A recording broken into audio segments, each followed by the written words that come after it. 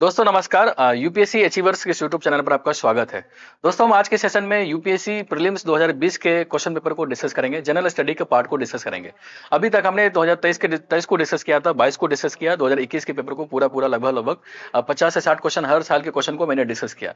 मैं पूरे 100 question discuss नहीं कर रहा हूँ, मैं केवल वही क्वेश्चन डिस्कस कर रहा हूँ जिसको आप एग्जाम के टेम्परामेंट में, एग्जाम के माहौल में आसानी से किसी ट्रिक्स को, किसी मेथड्स को, किसी रूल्स को लगा के आप इजिली उसको सोल्व कर सकते थे, उसको रोल आउट कर सकते थे, उसको एलिमिनेट कर रहे थे, आप आसानी से उसको बना सकते थे। तो वो मैं ट्रिक्स बता रहा हूँ, वो मैं रूल्स बता रहा हूँ, वो मैं क्रक्स बता रहा हूँ उसका, कैसे आप एग्जाम में ऐसे क्वेश्चन को आप छांट के बना के इजी तरीके से आप उसको एलिमिनेट कर पाएंगे। तो उन्हीं क्वेश्चन पर ज्यादा हमारा वेटेज भी रहता है। तो उसी सिलसिले में अब हम 2020 तक पहुंच गए हैं और 2020 के लगभग इस वीडियो में हम 25 क्वेश्चन डिस्कस करेंगे। और 25 क्वेश्चन डिस्कस करने के बाद मैं आपको इजीली तरीके से समझाऊंगा कि कैसे आप उस क्वेश्चन में ट्रिक्स, जो एलिमिनेशन मेथड्स है, जो उसके रूल्स है क्वेश्चन बनाने के, उसको आप अप्लाई करके आसानी से 25 क्वेश्चन इस वीडियो में और 25 क्वेश्चन मैं दूसरे वीडियो में बनाऊंगा। कम से कम 50 से 55 क्वेश्चन तक आप इजिली बना सकते थे। और अगर 50 से 55 क्वेश्चन आप बिना किसी आसानी तरीके से रूल्स लगा के, मेथड्स लगा के, एलिमिनेशन करके, क्वेश्चन में जो उसके हिंट है, उसके छुपे हुए हिंट को पकड़ के अगर क्वेश्चन को आप बना पा रहे हैं तो बहुत आसानी से आप यूपीएससी के प्रीलिम्स का जो कट ऑफ होता है उसको क्रॉस कर सकते हैं। फिर जो 10 से 20 क्वेश्चन ऐसे भी होंगे जो आप थोड़ा सा अगर पढ़ेंगे, थोड़ा सा डीप में जाएंगे तो आपके नोट्स वगैरह से मिलेगा। लेकिन एलिमिनेशन से जो उसके मेथड्स होते हैं उसको आप यूज करके आप आसानी से 45 से 50 क्वेश्चन इजिली बना सकते थे। तो उन्हीं क्वेश्चन को मुझे डिस्कस करना है, उन्हीं क्वेश्चन को समझना है कि कैसे आप इजी बना सकते हैं। और हर साल यूपीएससी इस तरह के हिंट देती है, जरूरत है आप उसको पकड़ने की। अगर आप उस हिंट को पकड़ पाते हैं तो यूपीएससी के क्वेश्चन को करना बहुत डिफिकल्ट नहीं हो जाता, क्योंकि पढ़ा हुआ क्वेश्चन, जो आप चीज पढ़ के जा रहे हैं वो क्वेश्चन पूछेगा नहीं। तो आपको कुछ ना कुछ कॉमन सेंस, कुछ ना कुछ प्रेजेंस ऑफ माइंड, कुछ ना कुछ ट्रिक्स एंड टेक्निक लगाने ही पड़ेंगे, तभी आप क्वेश्चन को इजिली रोल आउट कर सकते हो, इजिली एलिमिनेट कर सकते हैं। तो उसी चीज को मुझे देखना है। तो आज मैं शुरू करता हूं। और देखिए, जब 2023 का जब क्वेश्चन मैं डिस्कस कर रहा था तो उसमें जितने भी रूल्स होते, जितने भी मेथड्स होते, जितने भी ट्रिक्स होते, जितने भी उसके क्रक्स है, सभी को डिस्कस किया था, डिटेल में एक्सप्लेन किया था। और हर रूल्स के हिसाब से मैंने कुछ क्वेश्चन डिस्कस किए थे 2023 के पेपर को। वहां पर एक तरह से काफी हाहाकार वाला स्थिति था कि भाई 2023 में तो एलिमिनेशन लग ही नहीं रहा है। लेकिन फिर भी हमने जो ट्रिक्स थे, मेथड्स थे, उसको यूज करके दिखाया था कि भले क्वेश्चन में ऑप्शंस में एलिमिनेशन नहीं लग रहा है, लेकिन आप स्टेटमेंट को अभी भी इजिली छांट सकते हैं, इजिली उसको एलिमिनेट कर सकते हैं। तो कैसे एलिमिनेट करेंगे, कैसे छाटेंगे, उसमें मैंने डिटेल में समझाया था। फिर मैंने बोला था कि बाद की वीडियो में ट्रिक्स एंड टेक्निक डिस्कस नहीं करेंगे, सिर्फ क्वेश्चन डिस्कस करेंगे। उस ट्रिक्स एंड टेक्निक को यूज करके क्वेश्चन को रोल आउट करना, उसको एलिमिनेट करना है, तो उस पर ज्यादा फोकस हमारा रहेगा। और ये प्रैक्टिस सेशन लगातार चल रहा है। हमारा कोशिश यही है कि जब प्रीलिम्स का जब एग्जाम आएगा उससे पहले तक 2023 से लेकर 2013 तक के क्वेश्चन को हम इजिली, आसानी तरीके से कैसे सोल्व कर सकते थे, एग्जाम के टेम्परामेंट में, एग्जाम के माहौल में कैसे उसको सोचा जा सकता है, उस तरीके से उस दिशा में हमको आगे बढ़ना है। तो उसी सिलसिले में आज हम 2020 के क्वेश्चन को डिस्कस करेंगे। हम स्टार्ट करते हैं पहले क्वेश्चन से। पहला क्वेश्चन क्या है, देखिए क्वेश्चन पढ़िए। कह रहा है कि Rajya Sabha has equal powers with Lok Sabha in, Hindi में पढ़िए। कह रहा है राज्यसभा की लोकसभा की समान शक्तियां किस क्षेत्र में है। मतलब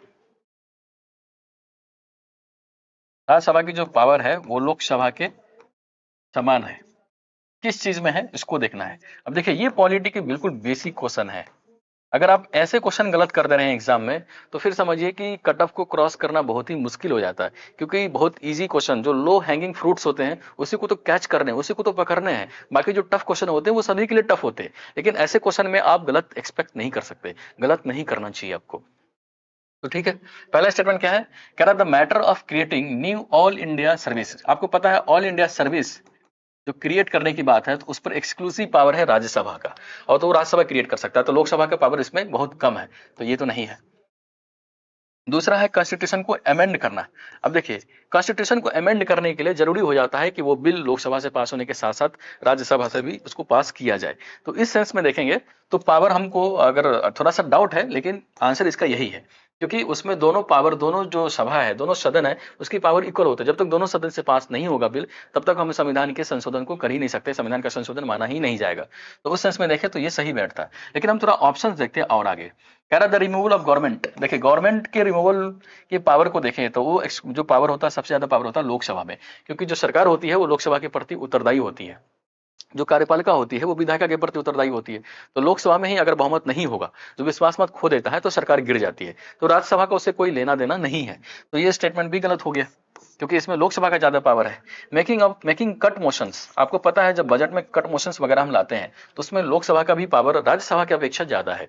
राज्यसभा की पावर उतनी नहीं होती क्योंकि बजट को पेश भी लोकसभा में ही किया जाता है। तो कट मोशंस, जो भी मोशंस वगैरह सब होते हैं वो लोकसभा में ही पास किया जाता है। तो उस सेंस में भी देखें तो ये डी वाला स्टेटमेंट गलत है, क्योंकि लोकसभा का पावर राज्यसभा की अपेक्षा ज्यादा है। तो एक ही ऑप्शन बच जाता है, वो है अमेंडिंग ऑफ कॉन्स्टिट्यूशन। तो आंसर क्या आ गया? बी। देख रहे, ये बहुत ही बेसिक क्वेश्चन है, ऐसे क्वेश्चन को गलत नहीं किया जा सकता। अगर ऐसे क्वेश्चन आप एग्जाम में गलत कर दे रहे हैं तो समझिए कि आपके कट ऑफ क्रॉस करने के जो चांसेस है वो बहुत कम हो जाएगा, क्योंकि ये लो हैंगिंग फ्रूट्स है, इन्हीं को पकड़ना है और हर साल आपको ऐसे क्वेश्चन कुछ ना कुछ मिलेंगे। नेक्स्ट क्वेश्चन देखते हैं। कह रहा है Wellesley established the fort William college eight Calcutta becomes. देखिए, वेलेजली ने कलकत्ता में फोर्ट विलियम कॉलेज क्यों स्थापित किया था? देखिए, आपको पता है मॉडर्न इंडिया का ये भी बिल्कुल बेसिक क्वेश्चन है। फोर्ट विलियम कॉलेज के बारे में पूछ रहा है कि इसको क्यों एस्टेब्लिश किया गया था कलकत्ता में। ऑप्शंस पढ़िए, हो सकता है आपको नहीं पता है पर आप ऑप्शंस तो पढ़िए, उससे भी छांट सकते हैं। कह रहा he was asked by the board of directors at London to do so. नहीं, ऐसा कुछ सेंस नहीं बन रहा है। कह रहा he wanted to review interest in oriental learning in India. Revive interest in oriental, ये भी कुछ सेंस नहीं बन रहा है। He wanted to provide William Carey and his associates with employment. Employment की बात तो है ही नहीं। चौथा पढ़िए, कह रहा ही वांटेड टू ट्रेन, देख रहे train British civilians for administrative purpose in India. यही तो इसका मूल उद्देश्य है, क्योंकि फोर्ट विलियम कॉलेज में उसका मूल पर्पस ही क्या था एस्टेब्लिश करने का, कि यहाँ पर जो भारतीय है उसको इस तरह से ट्रेन किया जाए, उसका माइंड इस तरह से चेंज किया जाए ताकि वो ब्रिटिश सरकार में प्रशासक के तौर पर नियुक्त होने के साथ साथ ब्रिटिश सरकार के लिए काम कर सके। ये मेन एजेंडा था, उसका हिडन एजेंडा था और यही पर्पस ही था फोर्ट विलियम कॉलेज को एस्टेब्लिश करने का। ये मॉडर्न इंडिया का बिल्कुल बेसिक क्वेश्चन है, ऐसे क्वेश्चन गलत हम एक्सपेक्ट नहीं कर सकते। इसलिए जरूरी हो जाता है कि बेसिक जो पोर्शन है, जो स्टैटिक पोर्शन है, वो आपकी क्लियर होनी चाहिए। ठीक है, नेक्स्ट क्वेश्चन देखिए। कह रहा with reference to the history of India Ulgulan और the great tumult is the description of which of the following events. Hindi पढ़े। कह रहा भारत के इतिहास के संदर्भ में उलगुलान के बारे में पूछ रहा है, अथवा महान उपद्रव निम्नलिखित में से किसी घटना का विवरण है। अब देखिए, उलगुलान जैसी ही नाम या आप पढ़ते हैं आप, तो मॉडर्न इंडिया के जो आप आंदोलन वाला क्वेश्चन पढ़ रहे हैं उसमें सीधे क्लिक कर जाना चाहिए कि ये मुंडा विद्रोह से रिलेटेड है। बिरसा मुंडा से ये कनेक्ट करता है, जो झारखंड में संथाल एरिया में दिखाई पड़ता है। तो आंसर क्या आ गया कि 1899 1900 के बिरसा मुंडा विद्रोह का है ये थोड़ा फैक्ट्स हो जाता है, फैक्चुअल हो जाता है, लेकिन फैक्चुअल बिल्कुल बेसिक किस्म का है, बहुत डेप्थ का फैक्चुअल नहीं है। जनरली जब आप आंदोलन वगैरह पढ़ते हैं मॉडर्न इंडिया में, तो ये बिल्कुल बिरसा मुंडा विद्रोह, संथाल विद्रोह, खासी विद्रोह और भी जितने विद्रोह वगैरह जो सन्यासी विद्रोह ये सब पढ़ते हैं, तो ये तो बिल्कुल बेसिक हो गया। तो इसका तो आइडिया आपको होना ही चाहिए। और उससे रिलेटेड फैक्ट्स आते बिल्कुल बहुत डेप्थ में वाला फैक्ट्स है ही नहीं, बिल्कुल ऊपर ऊपर वाला फैक्ट्स है और ये सिंपल फैक्ट्स है। इसलिए आंसर क्या हो गया इसका? डी हो गया। ठीक है, नेक्स्ट देखते हैं। कह रहा भारत के सांस्कृतिक इतिहास के संदर्भ में प्रामिता के बारे में पूछ रहा है। शब्द का सही विवरण निम्नलिखित में से कौन सा है? अब देखिए, प्रामिता हिंदी में, इंग्लिश देख लीजिए, इंग्लिश में देखिए प्रामिता से। अब देखिए, ये बिल्कुल बेसिक कॉन्सेप्ट है। अगर आप जैनिज्म बौद्धिज्म पढ़ते होंगे, जैन धर्म तथा बौद्ध धर्म पढ़ते होंगे, तो उसमें ये पारमिता का कॉन्सेप्ट आता है। बौद्ध धर्म में आपको पता है, स्पेशली बौद्ध धर्म में ये रिलेट करता है। पारमिता क्या है? एक बोधिसत्व का एक तरफ से टाइप है जो अपनी मोक्ष को एक तरह से होल्ड किए हुआ है। तो ये तो बिल्कुल बेसिक है। हम जो अगर नितिन सिंघानिया का बुक पढ़ते हैं कल्चर के हिसाब से, आर्ट एंड कल्चर में, तो उसमें बुद्धिज्म और जैनिज्म में बिल्कुल स्पष्ट मेंशन है। ये बुद्धिज्म वाला जो सेक्शन है, चैप्टर है, उसमें पारमिता को स्पष्ट उसमें जिक्र किया हुआ है और ये बिल्कुल बेसिक फैक्ट्स है बुद्धिज्म के हिसाब से। देखिए, मैंने आपको जब मैं बता रहा था कि यूपीएससी 2024 के लिए क्या अप्रोच होनी चाहिए, तो उससे मैंने कुछ हिंट दिए थे, कुछ आपको बेसिक नोट्स बताए थे कि जो आपको पढ़ना ही चाहिए, कुछ रिसोर्सेज बताए थे जहां से हर साल क्वेश्चन पूछता है। और उसी में एक हाई प्रायोरिटी वाला एरिया जो होता है, मॉडर्न इंडिया के हिसाब से देखे, एनिशेंट के हिसाब से देखे, तो एनिशेंट इंडिया के हिसाब से देखे तो हाई प्रायोरिटी एरिया होता है बुद्धिज्म और जैनिज्म।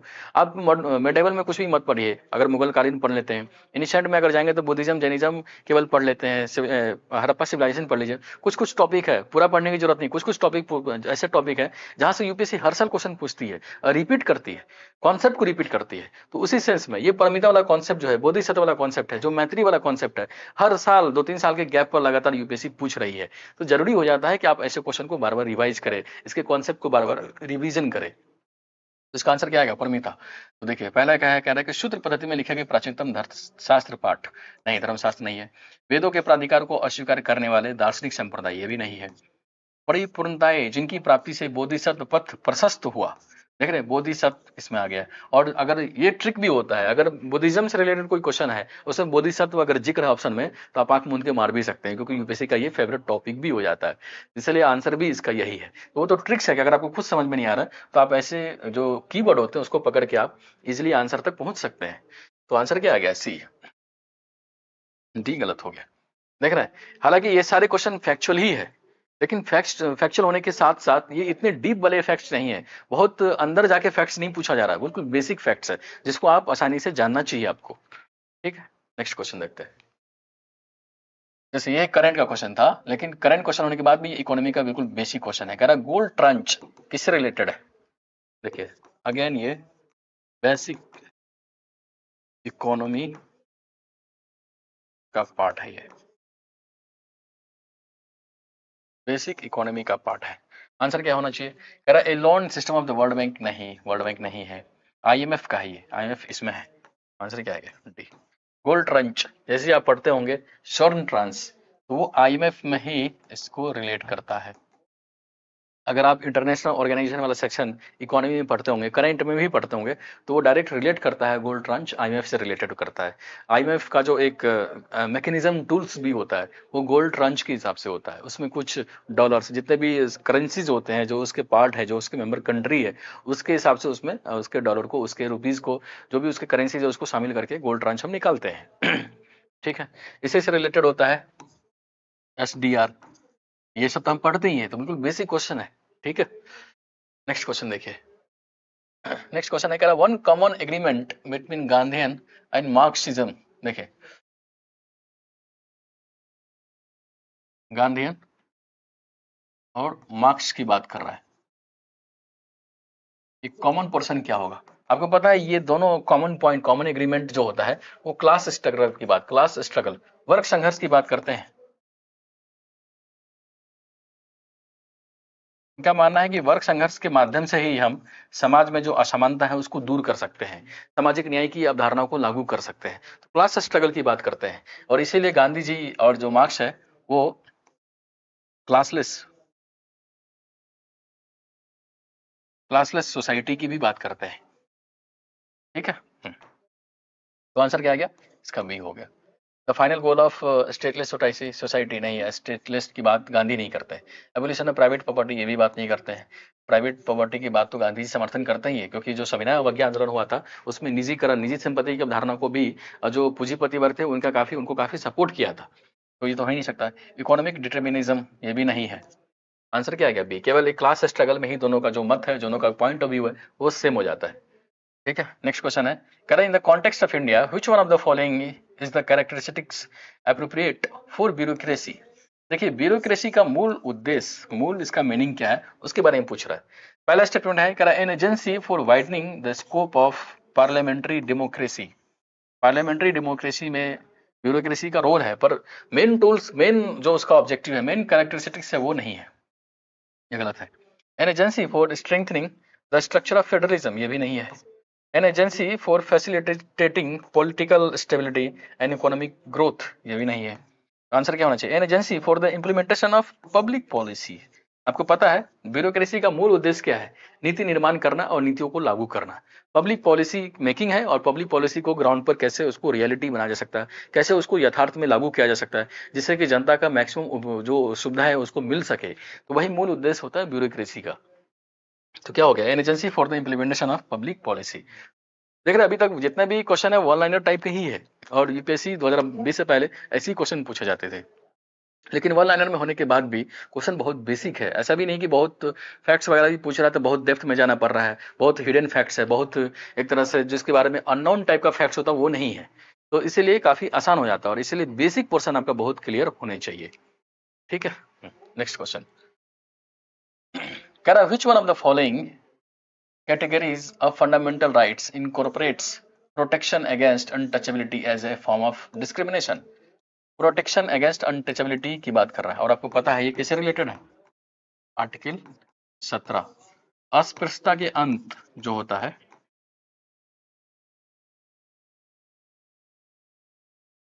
ये आर्टिकल 17 में है और आर्टिकल 17 में है तो ये किसके बीच आ गया? ये राइट टू इक्वलिटी में आता है, राइट टू इक्वलिटी में आता है, यानी आर्टिकल 14 से 18 यही तो होता है। आंसर पढ़िए। कह रहा है राइट अगेंस्ट एक्सप्लॉयटेशन, यही 23 से 24 होता है, ये नहीं होता है। राइट टू फ्रीडम ये भी नहीं है, आर्टिकल 19 से 22 है वो। Right to constitution immunity article 32 की बात कर रहा है, ये नहीं है। राइट टू इक्वलिटी आर्टिकल 17 इसी में आएगा क्योंकि 14 से 18 होता है ये, आर्टिकल 14 से 18 और 17 इसी में है। ठीक है, आंसर आ गया। देख रहे बिल्कुल बेसिक क्वेश्चन है पॉलिटी का, बहुत डेप्थ में जा ही नहीं रहा है और बहुत डेप्थ में जाना भी नहीं चाहिए क्योंकि क्वेश्चन जो होते हैं बिल्कुल जो कॉन्सेप्ट होते हैं पॉलिटी के उसको यूज करके ही क्वेश्चन को बनाते हैं। इसलिए जरूरी हो जाता है कि पॉलिटी जैसे सब्जेक्ट को रटने का बहुत स्कोप नहीं है, आप कॉन्सेप्ट को समझिए, आपके कॉन्सेप्ट क्लियर होनी चाहिए, उस कॉन्सेप्ट का कैसे उपयोग हो सकता है, कैसे उसके डिफरेंट डायमेंशन हो सकते हैं, कितने हम सोच सकते हैं, उसी को बार बार प्रैक्टिस करना है। ठीक है, नेक्स्ट क्वेश्चन है in India separation of judiciary from the executive is enjoyed by. देखो सेपरेशन ऑफ शक्ति की पृथक्करण की बात कर रहा है और शक्ति का पृथक्करण आपको पता है ये डीपीएसपी का पार्ट है, प्रियम्बल में तो कोई जिक्र ही नहीं है, डीपीएसपी में दिखाई पड़ता है। आर्टिकल 50 जब हम पढ़ेंगे आर्टिकल 50 में इसका जिक्र है। 7th शेड्यूल में सेपरेशन नहीं डिवीजन ऑफ पावर है। द कन्वेंशनल प्रैक्टिस ये भी ऐसा नहीं है। स्पष्ट मेंशन किस में है? डीपीएसपी में। Directive principle of state policy राज्य के नीति निर्देशक तत्वों के आर्टिकल अगर 50 में हम जाएंगे तो उसमें स्पष्ट जिक्र है कि राज्य जो सरकार है वो इस तरह से प्रोविजन करेगा कि कार्यपालिका और विधायिका के बीच क्या है सेपरेशन ऑफ जुडिशरी, न्यायपालिका और कार्यपालिका के बीच कंप्लीट सेपरेशन होना चाहिए, शक्ति का पृथक्करण होना चाहिए। ठीक है, तो वो डीपीएसपी का पार्ट हो जाता है। नेक्स्ट पढ़िए। कह रहा है परिभाषा से संवैधानिक सरकार का अर्थ क्या है? देखिए संवैधानिक सरकार का ये क्वेश्चन ऐसा है जो यूपीएससी 3-4 बार पूछ चुकी है। संवैधानिक सरकार का सिंपल सा अर्थ है कि ऐसा सरकार जो संविधान से चलता हो। अगर संविधान से चलता हो और संविधान से चलता हो इसका सेंस क्या हो गया कि संविधान के नियम को मानने के लिए वो बाध्य है, यानी सरकार मनमौजी तरीके से काम नहीं कर सकता है, यानी क्या हो गया सरकार सीमित है।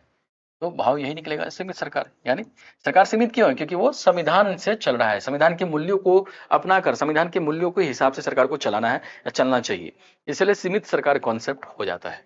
आंसर क्या आ गया? डी।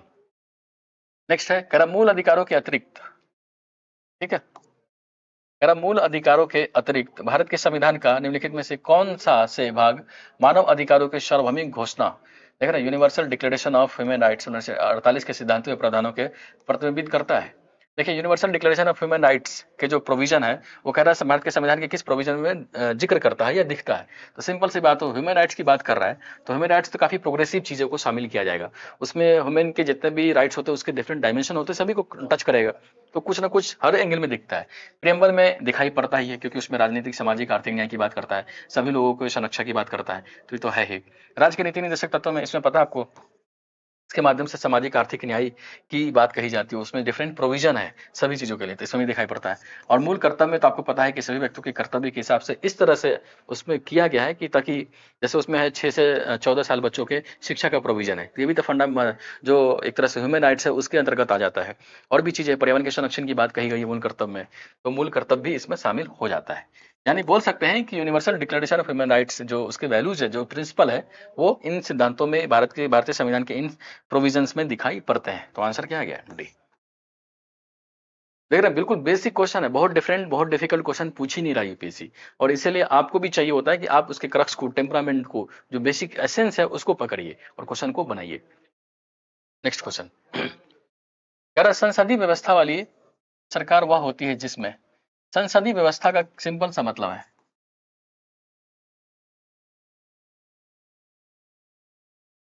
संसदीय व्यवस्था का सिंपल सा मतलब क्या है? आपको पता है संसदीय व्यवस्था का सिंपल सा मतलब क्या है कि जो सरकार होगी वो जो कार्यपालिका होगा विधायिका के प्रति उत्तरदायी होगा, सिंपल सा ये मतलब है। ऑप्शन पढ़िए। कह रहा संसद के सभी राजनीतिक दलों का सरकार में प्रतिनिधित्व होता है। सभी राजनीतिक दलों का क्यों प्रतिनिधित्व होगा? ऐसा नहीं है। सरकार संसद के प्रति उत्तरदायी होती है, बिल्कुल बात है, और उसके द्वारा हटाई जा सकते हैं। यही तो इसका मूल भाव है। संसदीय सरकार का मूल भाव यही है कि जो सरकार है यानी कार्यपालिका है वो विधायिका के प्रति उत्तरदायी है, यानी संसद के प्रति उत्तरदायी है, और विधायिका यानी लोकसभा के जरिए हम सरकार को हटा भी सकते हैं। यही संसदीय सरकार का मूल प्रोविजन है, जो मूल करक्स है, जो मूल एसेंस है, यही है। बाकी प्रोविजन तो उसके एक तरह से बाई प्रोडक्ट है, लेकिन जो मेन मीनिंग है संसदीय सरकार का वो बीच में झलकता है। इसलिए आंसर भी क्या आ गया? बी। नेक्स्ट क्वेश्चन है, कह रहा भारत के संविधान का कौन सा भाग कल्याणकारी राज्य वेलफेयर स्टेट की बात कर रहा है? वेलफेयर स्टेट की बात कर रहा है। और आपको पता है वेलफेयर स्टेट का प्रोविजन किसमें दिखाई पड़ता है? राज्य के नीति निर्देशक तत्वों में। ठीक है, स्पष्ट मेंशन भी आर्टिकल 37 में कि वेलफेयर स्टेट राज्य जो है उसकी भूमिका क्या है, एक वेलफेयर स्टेट की तरह है, और उससे में डिफरेंट अपेक्षा उसमें किया गया है कि राज्य ये इस तरह से प्रोविजन करेगा। ठीक है, क्लास है क्या इसके बाद? 9 बजे क्लास है क्या? ठीक है, हम इसको देख ही चुके थे। नेक्स्ट क्वेश्चन देखिए, अब कह रहा है, हिंदी इंग्लिश से पढ़िए, कह रहा with reference to Indian desert national park. देखिए किसी इंडिया डिजर्ट नेशनल पार्क के बारे में पूछ रहा है। कह रहा which of the following statement is correct. अब देखिए कि भारत में इतने नेशनल पार्क है,